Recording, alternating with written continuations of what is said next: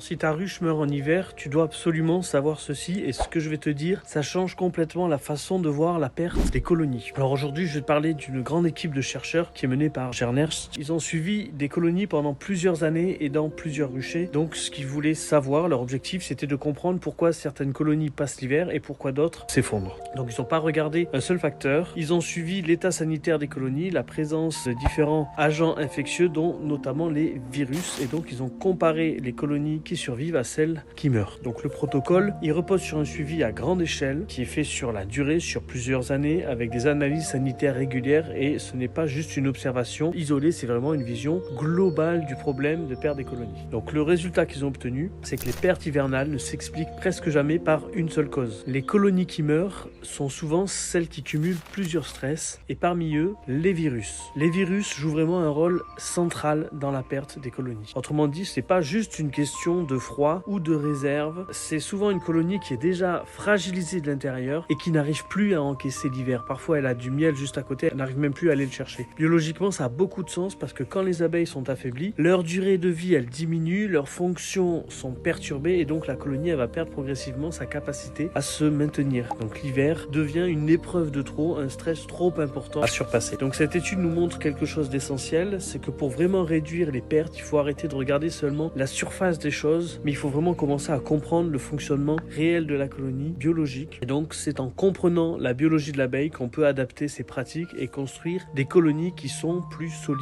Si tu veux aller plus loin sur ces sujets, c'est exactement ce qu'on travaille en profondeur à l'Académie Biovolution X.